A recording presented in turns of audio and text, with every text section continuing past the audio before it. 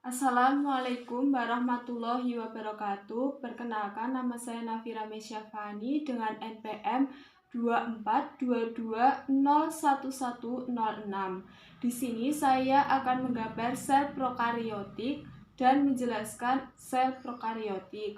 Untuk alat dan bahan yang digunakan saat menggambar sel prokariotik, yang pertama adalah buku gambar, yang kedua pensil, ketiga, penghapus bila digunakan saat ada kesalahan saat menggambar.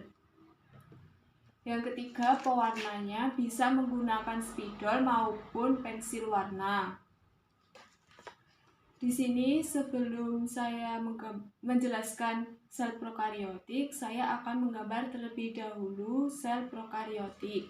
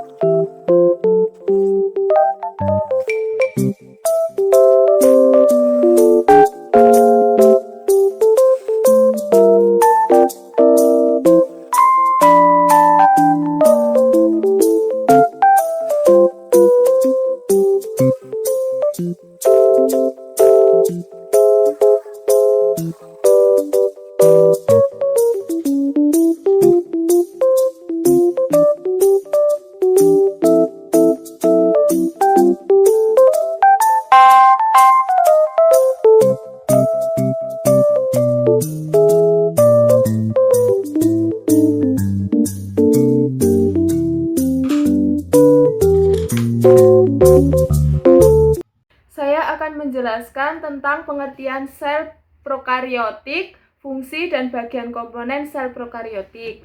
Dari pengertian sel prokariotik itu sendiri adalah sel tunggal sederhana yang tidak memiliki membran inti dan organ terkait membran. Istilah prokariotik berasal dari bahasa Yunani pro dan karyon.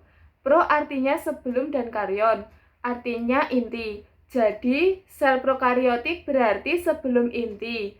Bagian dalam sel prokariotik disebut sitoplasma. Sel prokariotik tidak memiliki nukleus sejati karena bahan intinya masih tersebar di dalam sitoplasma dan belum diselubungi oleh membran inti. Berikut saya akan menjelaskan tentang bagian-bagian komponen sel prokariotik dari gambar berikut ini.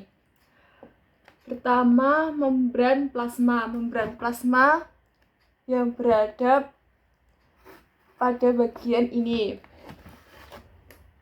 yaitu lapisan di luar sitoplasma yang berfungsi untuk melindungi dan mengatur transportasi sel serta berperan sebagai penerima rangsang yang datang dari luar sel.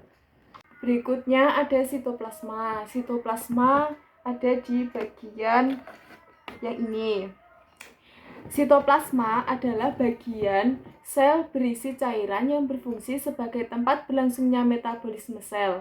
Kandungan cairan terbanyak dalam sitoplasma adalah air yang mencapai 80 hingga 90%. Berikut saya akan menjelaskan bagian tentang ribosom. Ribosom letaknya berada di sini ya, yang kecil-kecil. Nah, ribosom itu adalah organel sel yang berfungsi untuk mensintesis protein. Ribosom tersusun dari protein dan RNA dan memiliki ukuran yang sangat kecil, yaitu sekitar 20 hingga 22 nanometer. Selanjutnya bagian pili. Pili ada di sini yang kayak berduri.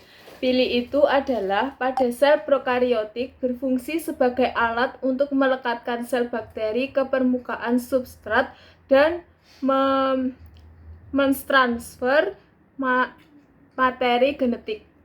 Selanjutnya ada dinding sel. Dinding sel bagian pada ini. Dinding sel adalah lapisan luar yang membungkus sel tertentu, seperti sel tumbuhan, sel bakteri, sel jamur, dan sel alga. Bagian yang selanjutnya adalah neukloid. Neukloid itu bagiannya yang ini. Neukloid merupakan daerah dalam sitoplasma tempat materi genetik berada. Selanjutnya bagian plasmid pada sel prakaryotik, yaitu bagiannya yang kecil ini. Plasmid adalah molekul DNA kecil berbentuk melingkar yang berbeda dari DNA kromosom. Plasmid memiliki kemampuan untuk bereplikasi secara mandiri dan ditemukan pada sel prokaryotik dan eukariota. Yang selanjutnya ada bagian flagela. Flagela itu bagian yang ini, yang berwarna hijau.